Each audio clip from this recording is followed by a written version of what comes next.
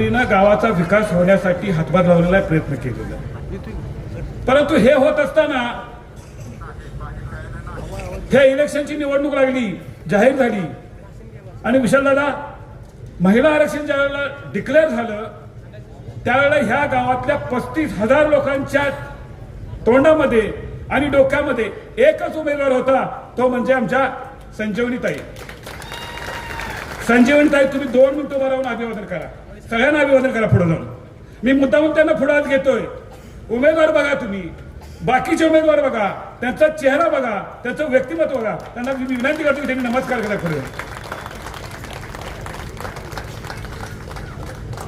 आज संजीवनी टीचरची ओळख पुदाले दादाच्या सुनबाई म्हणून नाही, सुहास साहेबांच्या मिसेस म्हणून नाही, तर त्याची स्वतंत्र ओळख या गावाला आहे, हे मला आवर्जून सांगायचं आहे. गेली 25 वर्ष झालं सातत्यानं एका शाळेची संचालिका म्हणून काम करत असताना माझी मुलं त्या शाळेत होती, त्यामुळे मला माहित आहे की त्याचं काम कसं आहे. ते सतत सकाळी 8 वाजेपासून संध्याकाळी 5 वाजेपर्यंत वरांड्यामध्ये पुढे उभा राहून मुलांचं स्वागत करणे, पालकांची स्वागत करणे आणि हसतमुखाने त्यांची चौकशी करणे. त्यांना बाळा म्हणले म्हणजे आईची भूमिका त्यांनी स्वप्नाला त्यांनी सांगितलं, आईची भूमिका त्या पार पाडत होत्या. आणि अशा पद्धतीनं जवळजवळ प्रत्येक घरामध्ये 90% घरामध्ये संजीवनताई पोहोचलेले. आम्ही प्रचाराला जात होतो, सुहास साहेब म्हणायचे मी तुम्ही जरा बाजू सरका, संजीवन टीचर आम्हाला माहित आहे, तुम्ही कशाला ओळख करून देताय. म्हणजे संजीवन टीचर यांच्या अगोदर प्रत्येक घरामध्ये पोहोचल्या होत्या. मी म्हटलं आता तुम्ही उद्यापासून आमच्या प्रभागात येऊच नका, का तर ज्या घरात जाईल त्या घरात ओवाळायचं, साखर द्यायची, चौकशी करायची. मॅडम तुम्ही पहिल्यांदाच घरी आला म्हणजे जनसामान्यातला उमेदवार या ठिकाणी आला.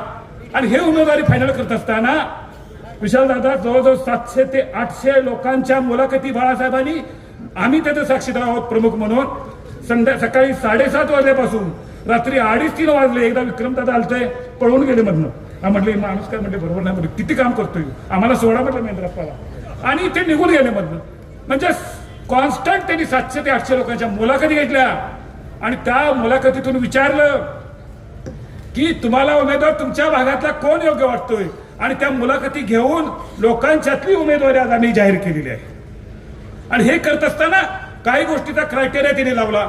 अमरभाऊ वारले, त्यांच्या घरात दुःखाचा नगर होता, त्यांच्या मंडळीला आम्ही सांगितलं की तुम्हाला उमेदवारी घ्यावं लागेल, अमरभाऊचं काम पूर्ण करावं लागेल. जे उमेदवार आहेत सर्वसामान्य कुटुंबातील उमेदवार आहेत. बघा तुम्ही कधी पण अनिल ड्रायव्हर एक रिटायर माणूस आहे, त्याला इच्छा आहे की समाजसेवा करायची, सामाजिक कार्य सक्रिय असतो, त्याला उमेदवारी दिली. म्हणजे जे जे लोक उमेदवारी दिले ते सर्वसामान्य लोकांच्या उमेदवारी, लोकांच्यातून आलेल्या उमेदवारी या ठिकाणी दिले.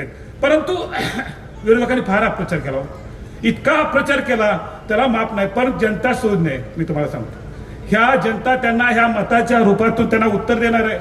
किती आरोप करायचे, किती खालच्या पातळीत आरोप करायचे. हे म्हणले शिवाजी महाराजांचा पुतळा आणि आंबेडकरचा पुतळा रात्रीची बसवायची वेळ आली आणि हे लोकांनी बघितलं पण नाही. तळ्यात जे शिवाजी महाराजांचा पुतळा आणि आंबेडकरांचा पुतळा उभा करणार आहे त्याचं प्रस्ताव आमचा पेंडिंग आहे, फाईल पेंडिंग आहे. ह्याही पुतळा जो आहे, हा पुतळा जो बसवला त्या पुतळ्याचा ठराव आम्ही केला. मी ठराव वाचून दाखवतो 2 मिनिटांमध्ये. डॉक्टर बाबासाहेब आंबेडकर यांचे नाव स्मारक उभारण्यासाठी पलूस नगर परिषद हद्दीतील घटना नंबर 70-2-2 मधील जागा मागणी करण्यात यावी, तसेच स्मारक उभारण्यासाठी नियमानुसार समिती स्थापन करावी. या कामी शासन ठराव डॉक्टर बाबासाहेब आंबेडकर स्मारक उभारण्यासाठी आवश्यक ते परवानगी घेऊन स्मारक उभारणी करणे कामी जागा मागणी प्रस्ताव करणे सर्व सभागृह सर्वांनी तुम्ही मंजूर देत आहे. सूचक सुनीता कृष्णा कांबळे आणि अनुमोदक परशुराम गोविंद शिंदे. हा ठराव आहे आणि ह्या ठरावाच्या जीवावर आम्ही प्रांताला भांडलो, DYSP ला भांडलो आणि या पुतळ्याला हात लावून दिला नाही. सर्व गावातील प्रमुख पदाधिकारी सगळ्या पक्षाचे त्या ठिकाणी हजर होते, पण क्रेडिट कोणतरी घेऊन जाते. हे काँग्रेस पक्षाने काहीच केलं नाही. आणि त्याला डोळं उघडून बघा नीट, ज्या ज्या वेळेला या गावामध्ये संकट आली, मी आता इरिगेशन बोलणार नाही कारण म्हणतात इरिगेशन सारखंच बोलतात, परंतु मी एक फक्त त्याचा स्पर्श करतो. बाळासाहेब, ज्या वेळेला पलूचं इरिगेशन बंद पडलं त्यावेळेला पुजारी दादा म्हणायचे साहेबांना इरिगेशन चालू करा. साहेबांना प्रश्न पडला आपल्याकडे सत्ता आहे पण कशात बसवायचं. साहेबांच्या डोळ्यातील त्या भावना आम्ही समजत होतो. बसवायचं आहे पण कसं बसवायचा हा प्रश्न होता. शेवटी त्यांनी कसं केलंय तुम्हाला माहित आहे, मी सांगायची गरज नाही. तो तीच डोळ्यातील भावना मला बाळासाहेबांच्या डोळ्यामध्ये दिसली आणि पलूची पाण्याची स्कीम चालू झाली पाहिजे अशा पद्धतीने अट्टास केला आणि त्यांनी ती अस्तित्वात आणली. ज्या वेळेला ते स्कीम अस्तित्वात आणली त्यावेळेला कोरोनाचा काळ होता, उद्धव ठाकरे साहेब त्यावेळेला मुख्यमंत्री होते आणि त्या मुख्यमंत्र्यांच्याकडून खरवस्ती दवाखान्यासाठी आरोग्यासाठी पैसे खर्च केले जात होते, बाकी कुठलाही खर्च केला जात नव्हता. परंतु बाळासाहेबांनी समोर बसून त्या फायलीवरती सही घेऊन जवळजवळ 7.5 कोटीची ही स्कीम मंजूर केली आणि आपल्याला पाणी दिलं. अरे कमीत कमी केलं तर म्हणावं, नावं तर ठेवू नका. आणि मग लिकेज झालं कुठे, काय झालं?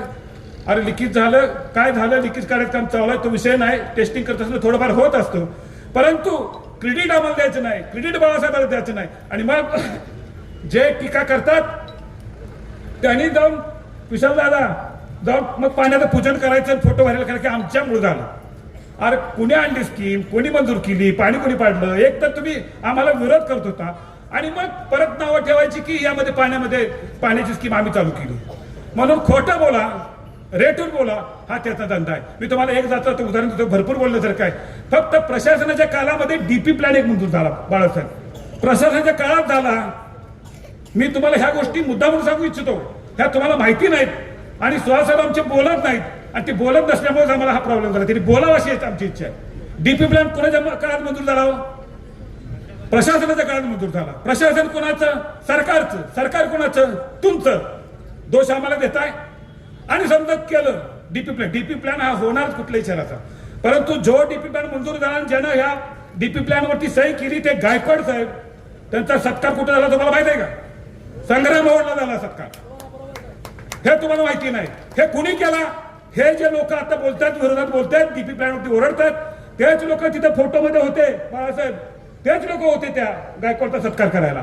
परंतु म्हणायचं डीपी प्लॅन या काँग्रेसवाल्यांनी केला, आमच्यावरही टाकलं. ऑन द कॉन्ट्री बाळासाहेबांनी ज्यावेळी डीपी प्लॅन मध्ये लोकांच्यावरती अन्याय होत होता त्यावेळी बाळासाहेबांनी त्यामध्ये करेक्शन केल्या, जवळजवळ 80% त्यामध्ये दुरुस्ती केल्या. हे शासनदाराचं काम बाळासाहेबांचं आहे, हे कोण सांगत नाही. परंतु आम्ही काय केलंच नाही. आम्ही भ्रष्टाचार केला, आम्ही गटार व्यवस्थित केलं नाही, आम्ही रस्ते व्यवस्थित केले नाही. मलाही बाळासाहेब विचारणार तुम्हाला, आता तुमच्याकडे कॉन्ट्रॅक्टर आलेत ना, करा त्यांच्यावर केसी दाखल. त्यांनीच कामं केली ना, नावं घेऊ का त्यांची कॉन्ट्रॅक्टरची?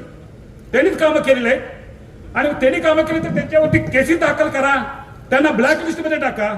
सरकार तुमचं लय विचित्र हे प्रचार आहे. विशाल दादा 5 कोटी फंडाला बाळासाहेबांनी विधानसभेत आवाज उठवला. आदल्या दिवशी एका पैलवान पत्र दिलं की माझ्या झालं. एका रात्रीत होते. हा सगळी द्याना पत्र, मग गावाचा विकास करा नुसत्या पत्रानं होत असेल तर त्यासाठी निधी आणण्यासाठी भांडावं लागतं, खेचून आणावं लागतं आणि ते काम विशालदादा बाळासाहेब करतायत, हे विसरता कामा नाही. आणि म्हणून मी फक्त एकच उदाहरण देतो, थांबतो. एका हॉटेलमध्ये एक माणूस चहा प्यायला गेलेला असतो आणि तो वेटरला म्हणतो, एक मला चहा आण रे, कंटाळा आला. तो चहा आणतो. विशालदादा महत्वाची ही गोष्ट आहे, लक्षात ठेवा. आणि चहा प्यायला घेतो तो असा कपवरती आणि तो म्हणतो, अरे ह्याच्यात माशी काढी. तो म्हणतो ठीक आहे वेटर. वेटर परत आज जातो, परत येतो, परत देतो चहा. अरे मग तो परत येत माशीच आहे, तू माशी काढली नाहीस. परत तो वेटरात जातो, परत येतो, मग तो हा चहा घ्या साहेब. अरे मग तो परत माशी आहे.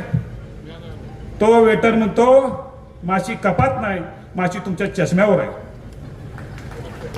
आणि म्हणून ह्या विरोधकांचं डोळं उघडलं पाहिजे, ह्यांना कळलं पाहिजे की ह्या चहामध्ये दोष नाही, तुमच्या डोळ्यावर माशी आहे ना, ती माशी काढा आणि स्वीकारा. आम्ही कधी टीकात करत नाही. कुणी कुणी काय काय निर्णय घेतले हे सांगायला आलो तर तुम्हाला दिवस पुरणार नाही. 4 कोटीची घोगापासूनची पाण्याची स्कीम केली, त्यावेळेस त्यांचं विजन असेल कदाचित, किंवा तिकडून पाणी आणावं. पण सुहासाहेब वगैरे आमचा विचार असा झाला की घोगावरून पाणी आणत असताना नेहमी आपल्याला त्रास होत होता, लिकेज होत होती. ही अन्नापूर्ण आणलं तर अतिशय सोयीच होईल. आणि आम्ही ती पाईपलाईनचं काम आम्ही ते थांबवलं, आम्हाला लोक म्हटले ते. परंतु परवा भाषणात त्याचा उल्लेख केला की ते आम्ही 4 कोटीची पाईपलाईन आणून पाणी चालू केलं. आणि पाणी ते जर चालू झालं असतं तर ही स्कीम करायची गरज काय पडली होती? म्हणजे खोटं बोलायचं, रेटून बोलायचं, अशा पद्धतीचा धंदा या विरोधकाचा आहे. म्हणून बाळासाहेब या पुढच्या काळामध्ये हे विरोधक तुमच्याकडे येतात, आम्हाला त्याचा त्रास होतो आणि तुम्ही पण मोठ्या मनाने त्यांना स्वीकारता. या पुढच्या काळामध्ये कोणी विरोधक असला तर त्याला त्याच्या अंतरावर ठेवा, त्याची लायकी दाखवा. या ठिकाणी मी जास्त बोलणार नाही, खरंच भरपूर बोललो. त्यानंतर मी वैभव साहेबांना विनंती करतो की त्यांनी आपलं मनोगत